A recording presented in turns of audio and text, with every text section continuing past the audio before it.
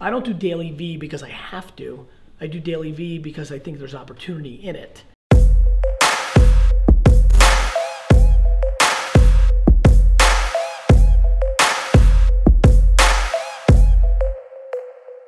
It's fucking awesome. Good, smart, I mean, smart strategy. They're better than me. I get it. I mean, it's thanks to you, man. That makes me Honestly. very happy, brother. And well, I was the seed, but you nurtured it, right? Yeah. So when people are like, you helped, you did it, like thanks to you, I'm like, I'm doing it for everybody. I'm doing it for the culture, for the community. I'm doing it, but the people that grab it and do something about it, you know, I'm just creating the conversation. I'm forcing the conversation in the way I do it down people's throats, but I'm fascinated by the people that listen and watch and are like, yeah, listen and watch and say, fuck you, fuck him.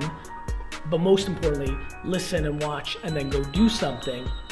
That's the more interesting part. And the reason I talk so much about patience is a lot of people watch me start something and then give up 10 days later. 10 days. That's it.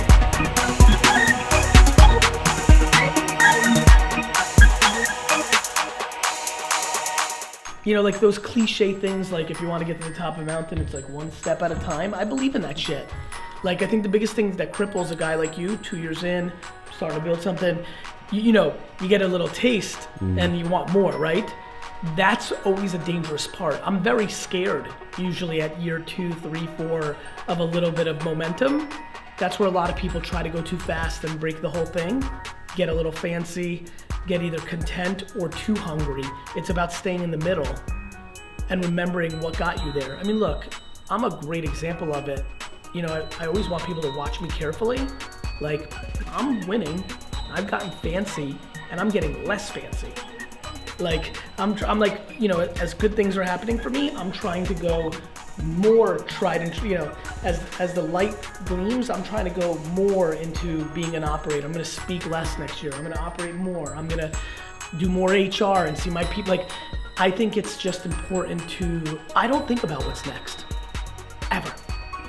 Like, of course I'm thinking every day about what I wanna do that's going to help me win, but I don't think of it as next. I think people look at it like, you know, and I just look at it like, and so I think the best way to have something happen that's going to bring you value is remembering what got you there. What got you to where you are right now is you got motivated. You took a camera from your phone and you started doing shit, and then good shit started happening. And I think a lot of people start overthinking and putting too much pressure on themselves for what's next. I see a lot of companies and people go from 0 to $1 million and then stick at $1 million for 5 or 6 years, and they beat themselves up. And I always remind them that that's incredible. But more importantly, I try to remind them that the reason you're not growing is you changed when you got from 0 to $1 million. Got it? Yeah. And so for me, as I get more fame and recognition and opportunity, I'm tripling down on humility and patience.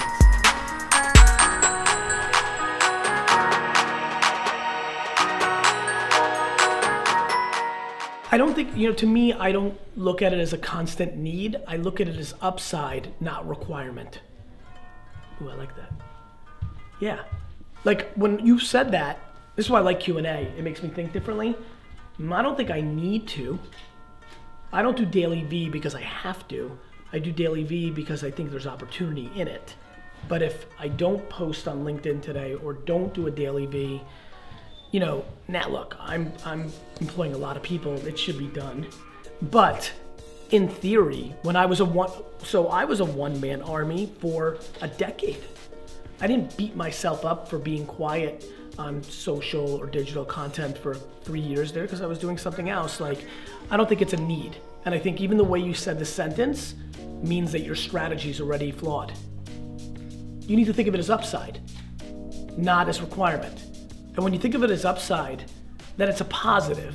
When you think of it as a need, you're starting putting unneeded pressure on yourself to produce. Like, you don't have to produce tomorrow. It'd be great if something good happened. You don't want to get into a pattern where you don't for a month. But I think when you're forcing, you're always gonna put out worse work, right? If it's tomorrow at 6 p.m. and you guys were busy, you're like, oh shit, we gotta put out some content. What are you gonna put out? It's already not gonna be as good. That's why I love documenting. Like, I would have never, if I needed to put out something today, come up with a quote on Instagram that says, it's not a need, it's upside, or it's not required, or I don't even fucking already remember exactly how I said it, but I know it's there, and I know that that clip is gonna be good, right? That's why I love documenting and vlogs, and even more so, not the way Casey and other do it, because that's a creator. I'm not creating, I'm documenting. So now I'm creating as a real human being. Good shit's coming out constantly. Other people are not as charismatic and brilliant as I am, so they won't have as much ammo, but even one good thing a day is meaningful. Or you go into entertainment. You know, one of the things I wish I did more of is entertainment content. All my team gets pumped when I do silly things on like which one of these candy bars is better, or, you know, but that's not, I'm in the business mindset when I'm awake. But for a lot of people, they do have downtime. Like a lot of business people work 6 hours a day and do 5 hours of silly. I would double down on silly. Like my content would be much more viral, successful, if I showed other parts of me.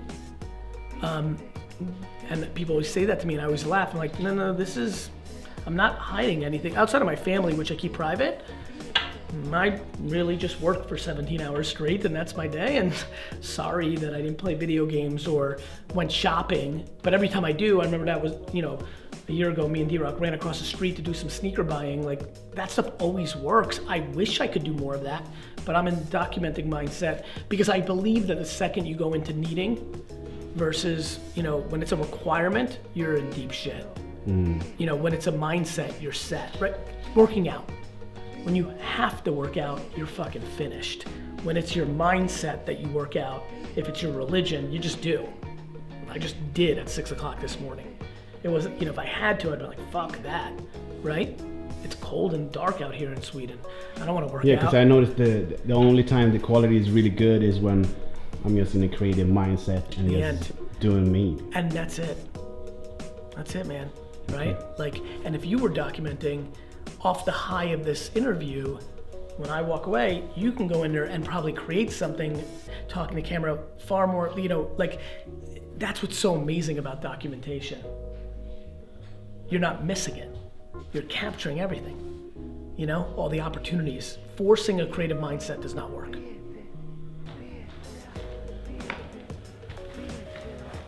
That was awesome. I needed that energy, Gary Vee vibe. It's actually how I started even when it comes to social media, creating content and just creating the company where it's at right now. Documenting versus creating, the whole spiel. Awesome to talk to Gary. Thanks Gary for all the advices.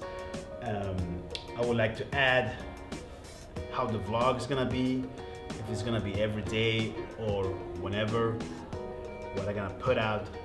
It's gonna come from my heart, it's gonna be me, it's just gonna be me. At the end, that's what's gonna speak louder than everything else. And what the hell, let's have some fun, man. Take care now. Don't forget to subscribe. If you really like this, subscribe.